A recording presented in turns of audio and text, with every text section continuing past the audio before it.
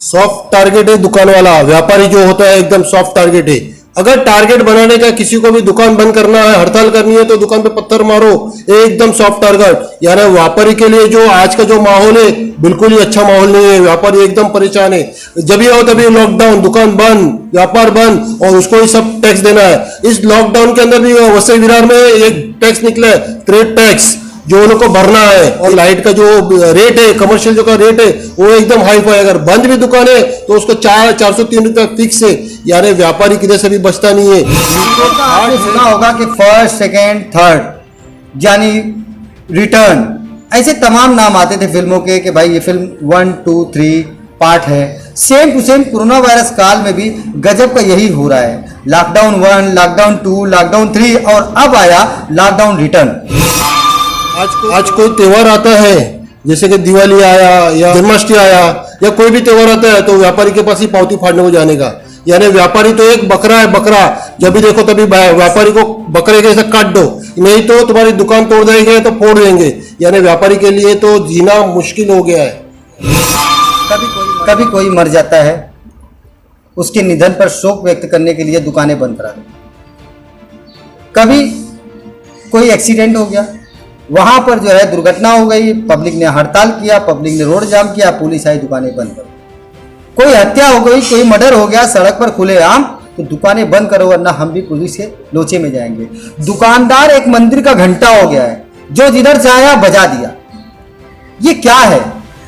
और उसी दुकानदार के लिए प्रशासन एक बार भी नहीं सोचती कि ये 95% जो दुकानदार हैं, जो व्यापारी व्यापार करते हैं, इन्हीं के भरोसे ये सारे सिस्टम वो अपने चला पाते हैं। और आज लॉकडाउन लगने के बाद लगातार हर चीजों के दाम बढ़ रहे हैं, उसका भी भार व्यापारी ही उठा रहा है और व्यापारी ही झेल रहा है।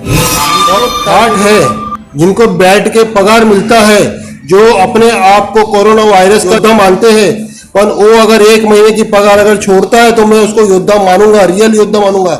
1 महीने की पगार छोड़ के बता दे, डिक्लेयर कर दे कि कोई भी सरकारी कर्मचारी को 1 भी रुपया मिलेगा नहीं, तो मैं उसको असली योद्धा मानूंगा। नहीं तो वो कोई योद्धा नहीं है। योद्धा तो आम आदमी भी है, जो रोजमर्रा की जिंदगी के लिए अपने आप से फाइट करते रहता है, दो वक्त की रोटी के लिए जूझते रहता है, वो भी एक योद्धा ही है। सैटरडे संडे छुट्टी, उसका भी पगार उनको मिलता है। और ओवर टाइम, जो काम वो टाइम पे नहीं करते उसको ओवर टाइम के रूप में डालते, उनका भी उसको एक्स्ट्रा पगार मिलता है। योद्धा के श्रेणी में आता है, वो असली योद्धा नहीं है। अगर योद्धा है तो वो पगार छोड़ के बता दे, 1 महीने के सिर्फ 1 महीने। इंकलाब न्यूज। नमस्कार, आप देख रहे हैं इंकलाब न्यूज। मैं फारूक शाह, साथ में अल्ताफ जीवानी जी। नमस्कार। पूरा 1 साल गुजर गया कोरोना काल को लेकर, और हम लगातार 1 साल तक आपके साथ जुड़े रहे और अब भी जुड़े हैं और आगे भी जुड़े रहेंगे। और मुद्दे तो हमारे वही रहते हैं जिस पे आपकी ज़ुबान जाकर अटक जाती है। अब ये लॉकडाउन का विषय फिर से शुरू हो गया है और काउंटडाउन शुरू हो गया है, क्योंकि कल हमारे सीएम जो आकर बताए, क्योंकि मैं 1-2 दिन में ही फैसला कर सकता हूँ ये लॉकडाउन करूँगा। जहाँ तक मैं समझ रहा हूँ वहाँ तक सीएम भी अपने जगह पे सही है, क्योंकि वो बता रहे कि वो अपने पास हॉस्पिटल तो है और जगह भी है, पर डॉक्टर नहीं है, नर्स नहीं है, और अगर आपातकाली हो गई तो कैसा करेंगे। इसके लिए हमारा लॉकडाउन बहुत ज़रूरी है, ऐसा सीएम का कहना है। पर एक आम जनता जो अगर सोचेगा लॉकडाउन के लिए, और एक सरकारी कर्मचारी जो अपनी सीट पे बैठा हुआ है, जिसको फिक्स है, जो सिपाही से लेकर तो कलेक्टर तक और कलेक्टर से लेकर मंत्री तक, जिनको पगार 1.5-2 लाख रुपया है, अगर वो 1 महीना या 2 महीना अपनी पगार नहीं ले तो कैसा हाहाकार मच जाता है। और वही जबान से अगर वो बोलता है लॉकडाउन, अगर जो सरकारी कर्मचारी है कि लॉकडाउन हमें पसंद है, हमें 2 महीने का पगार नहीं मिलेगा, तो कितना बढ़िया होगा। ये वो सोच भी नहीं सकता ये, जो कि एक आम आदमी के ऊपर ये इतना बड़ा बोझा गिरने वाला है। जो लेबर क्लास के लोग हैं, जिनको कोई ठिकाना नहीं है रोज कमाने का, रोज खाने का है, उनको कितनी बड़ी दिक्कत हो जाएगी। चलिए समझते हैं इस लॉकडाउन के शिकार ज़्यादा कौन होता है। तो इस लॉकडाउन के शिकारी और शिकार, ये दोनों कहना बड़ा उलझन भरा काम है, क्योंकि हम शिकारी किसे कहें और शिकार किसे कहें समझ में नहीं आता। क्योंकि शिकारी जो है वो खुद भी अपने आप को बताता है मैं भी शिकार हूँ, पर शिकार जो है वो तो रोज़ाना शिकार हो रहा है, लगातार शिकार हो रहा है और शिकार पे शिकार हो रहा है। तो आज शिकारी और शिकार की बात कर लेते हैं। जहाँ तक कोरोना वायरस है वो न धर्म देख रहा है, न जात देख रहा है, न उम्र देख रहा है, और न ही वो किसी व्यक्ति विशेष को देख रहा है। न तो वो गरीब और अमीर देख रहा है, वो तो एक वायरस है। उसके लिए तो हम सब हिंदुस्तानी हैं, उसके लिए तो हम सब इंसान हैं। लेकिन उस वायरस को लेकर के हमारे जो बीच के दरमियान के जो रिश्ते थे, यानी जो ऊंचाई और गहराई और तमाम तरह की चीज़ें, लेबल को जिसे बोला जाता है लेबल, वो लेबल पर कितना असर पड़ा उस पर ज़रा गौर करते हैं। एक लेबल है गरीब तबके का जो रोज़ मजदूरी करता है, जिसका काम है कि कहीं पर भी कोई काम मिलेगा तो वो मजदूरी करेगा और अपना घर चलाएगा। दूसरा एक लेवल होता है जो दुकानदार होते हैं, व्यापारी होते हैं, जो अपने छोटे मोटे कारोबार करते हैं और अपना पर्सनल कारोबार के जरिए जो पैसा आमदनी लाते हैं उसी से वो पहले और अपने सामने के जो बड़े व्यापारी होते हैं या बड़े लोग होते हैं उन तक उसका बेनिफिट पहुंचाते हैं और खुद भी कमाते हैं और दूसरों को भी उसका भरपाई करते हैं, जो भी उनकी ज़रूरतें होती है उससे पूरा करते हैं। लेकिन तीसरा तबका होता है जो सरकारी नौकरी और सरकारी कर्मचारी। ये तीनों में जो खाई थी उसको कोरोना वायरस ने तो नहीं अलगाव किया। कोरोना वायरस ने इन तीनों को एक नज़र से देखा है, लेकिन इन तीनों ने एक दूसरे को अलग अलग नज़र से देखना शुरू कर दिया है। जिनको ठाठ है, जिनको बैठ के पगार मिलता है, जो अपने आप को कोरोना वायरस का जो योद्धा मानते हैं, पर वो अगर एक महीने की पगार अगर छोड़ता है तो मैं उसको योद्धा मानूंगा, रियल योद्धा मानूंगा। एक महीने की पगार छोड़ के बता दे, डिक्लेयर कर देवे कि कोई भी सरकारी कर्मचारी को एक भी रुपया मिलेगा नहीं, तो मैं उसको असली योद्धा मानूंगा। नहीं तो वो कोई योद्धा नहीं है। योद्धा तो आम आदमी भी है जो रोजमर्रा की जिंदगी के लिए अपने आप से फाइट करते रहता है, दो वक्त की रोटी के लिए जूझते रहता है, वो भी एक योद्धा ही है। तो जो योद्धा जो पगार लेके बैठे सैटरडे संडे छुट्टी, उसका भी पगार उनको मिलता है। और ओवर टाइम जो काम वो टाइम पे नहीं करते उसको ओवर टाइम के रूप में डालते, उनका भी उसको एक्स्ट्रा पगार मिलता है। तो जो योद्धा की श्रेणी में आता है वो असली योद्धा नहीं है। अगर योद्धा है तो वो पगार छोड़ के बता दे, एक महीने की, सिर्फ एक महीने की। लॉकडाउन की बात कर लो या फिर अनशन की बात कर लो या फिर आंदोलन की बात कर लो या फिर जो है आप तमाम तरह के जैसे सरकारी डिपार्टमेंट से कुछ मांग की बात कर लो, जहाँ पर भी कोई भी बात आती है लोग सड़कों पर आते हैं। किसी धर्म की बात हो तो भी लोग सड़कों पर उतर जाते हैं। किसी आदमी के साथ नाइंसाफ़ी हो रहा है और सरकार से उसकी मांग करनी है तो भी लोग सड़कों पर उतर जाते हैं। यानी सड़क आम जनता के लिए है और सड़क की दुकानें आम जनता और सरकार दोनों के लिए है।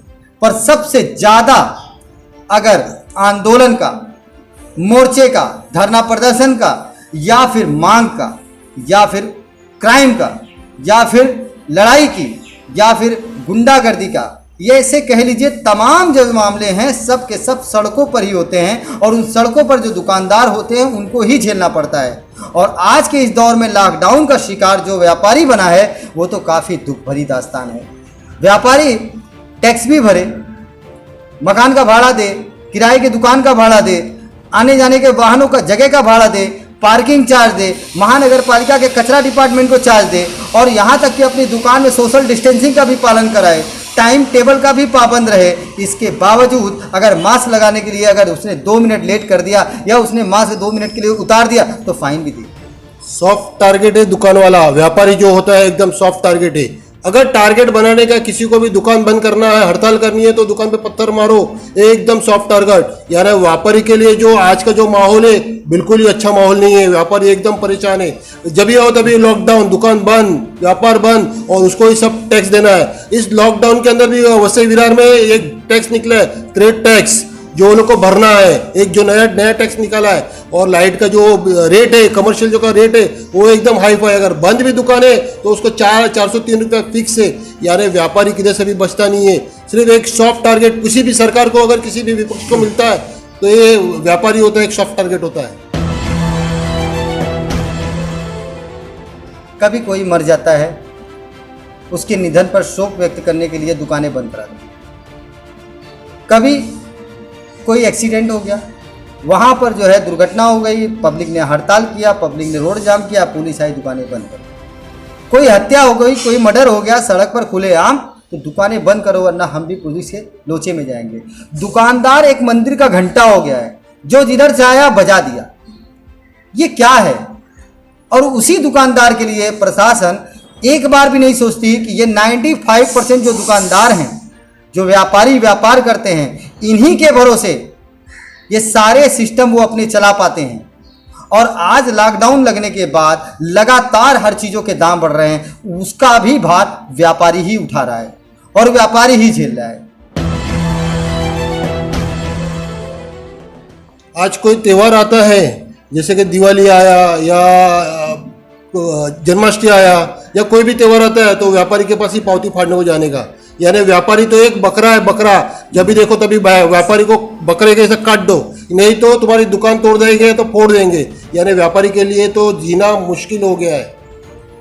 व्यापारी के साथ साथ अभी हम आपको एक वीडियो दिखाएंगे और उस वीडियो में देखिए एक आदमी बता रहे हैं कि महाराष्ट्र के अंदर अगर फिर से लॉकडाउन हुआ तो सबसे ज़्यादा प्रभाव किस पर पड़ेगा। जरा इस वीडियो को देखिए। यहाँ की महाराष्ट्र की महागाड़ी सरकार ये कोशिश कर रही है कि महाराष्ट्र में, मुंबई में लॉकडाउन लगाया जाए। उद्धव ठाकरे जी, मैं आपको बताना चाहता हूँ कि मुंबई में 2 करोड़ की आबादी है, जिसमें से 30% मराठी हैं और 70% गैर मराठी हैं। आप यहाँ पे जितने भी सरकारी संस्थाएं हैं या सरकारी नौकरियां हैं, चाहे वो कलेक्टर हो, SRA हो, BMC हो या रेवेन्यू हो, या जितने भी मंत्रिमंडल के ऑफिसेस हैं, जो 6 लाख नौकरियां हैं, ये हमारे परप्रांतियों को नहीं मिला है, ये केवल मराठियों को मिला है। जो मेरे मराठी भाई हैं उनको मिला है। तो मुंबई में 60 लाख की आबादी अगर मेरे मराठी भाई हैं तो 6 लाख नौकरियां इनके बीच में हैं, यानी 2 घर के बीच में एक नौकरी सरकारी नौकरी है। तो आप अगर लॉकडाउन लगाओगे तो इन 6 लाख परिवार, मैं बोलूँगा, इनके यहाँ पर कुछ तकलीफ नहीं होगी, क्योंकि ये घर पर भी बैठेंगे तो इनका तनख्वाह नहीं कटेगा। केवल तकलीफ उनको आएगी जो 70% लोग हैं जो गैर मराठी हैं और जो यहाँ के जन्मे हुए, मुंबई के जन्मे हुए भूमिपुत्र हैं और सरकारी नौकरियाँ नहीं उनके पास। वो बेचारे ठेला लगा रहे हैं, कहीं रिक्शा चला रहे हैं, कहीं प्राइवेट कंपनी में काम कर रहे हैं। इनका नौकरी जाएगा, इनके तनख्वाह कटेंगे, ये बेचारे भूखे रहेंगे, ना पेट को अनाज मिलेगा, ना 2 हाथ को काम मिलेगा। तो आप अगर लॉकडाउन लगाओगे तो सब जितने उत्तर भारतीय हो, परप्रांतीय, हम 70 लाख जो मुंबई में रहते हैं, इन पे असर होगा। आपसे विनती है कि आप लॉकडाउन नहीं लगाएं, और अगर आपको कंट्रोल करना है तो कोरोना कैसे कंट्रोल होता है उस पर ध्यान दीजिए। हमारे लोगों के विरुद्ध मत जाइए। आपसे विनती है कि महाराष्ट्र में, मुंबई में लॉकडाउन नहीं लगना चाहिए। जितने भी आम गरीब हैं वो यहाँ जीवित रहें, 2 वक्त का रोटी कमा सके अपने परिवार के लिए। ये निवेदन है। जय हिंद, जय महाराष्ट्र। क्या गजब है, बोले तो किसके लिए बोले, न बोले तो घुट घुट के अपने अंदर ही तोले। यहाँ पर यह हाल है कि किसने छोड़ा है। लॉकडाउन लगा, पहला लॉकडाउन, अभी ये तो सीरियल फिल्मों का आपने सुना होगा कि फर्स्ट, सेकेंड, थर्ड, यानी रिटर्न, ऐसे तमाम नाम आते थे फिल्मों के कि भाई ये फिल्म 1, 2, 3 पार्ट है। Same to same corona virus काल में भी गजब का यही हो रहा है। लॉकडाउन 1, लॉकडाउन 2, लॉकडाउन 3 और अब आया लॉकडाउन रिटर्न। यानी सरकार को अब लॉकडाउन करना है तो बिल्कुल करे, क्योंकि वो सरकार के हाथ में है और सरकार को देखना है, क्योंकि वो अपनी जनता के लिए, वो सरकार के पास पूरा फैसला करने का पूरा पावर होता है, अधिकार होता है। पर सरकार को ये भी सोचना पड़ेगा कि जनता के आगे जनता को किस तरह से उनकी लाइफ चले, ज़िंदगी चले, क्योंकि लाइट के लिए भी जो पावर होता है सरकार का पास ही होता है, सिलेंडर के लिए भी सरकार के पास ही पावर होता है। तो सरकार को कहीं ना कहीं उस पर राहत देनी पड़ेगी और देनी ही पड़ेगी। मैं बताना चाहूँगा, किसी ने छोड़ा ही नहीं, लूटा तो सभी ने है, और किसी ने ये भी नहीं पूछा कि भाई अब क्या होगा। हम लगातार आपसे जुड़े हैं और जुड़े रहेंगे। आप हमारे न्यूज़ देखने के लिए हमारे चैनल लाइक करें, सब्सक्राइब करें और शेयर ज़रूर करें। इस वक्त महाराष्ट्र में कोरोना वायरस का इन्फेक्शन बहुत ज़्यादा बढ़ रहा है। अगर ज़रूरत ना हो तो घर से बाहर ना निकले और अपना ख्याल ज़रूर रखिए।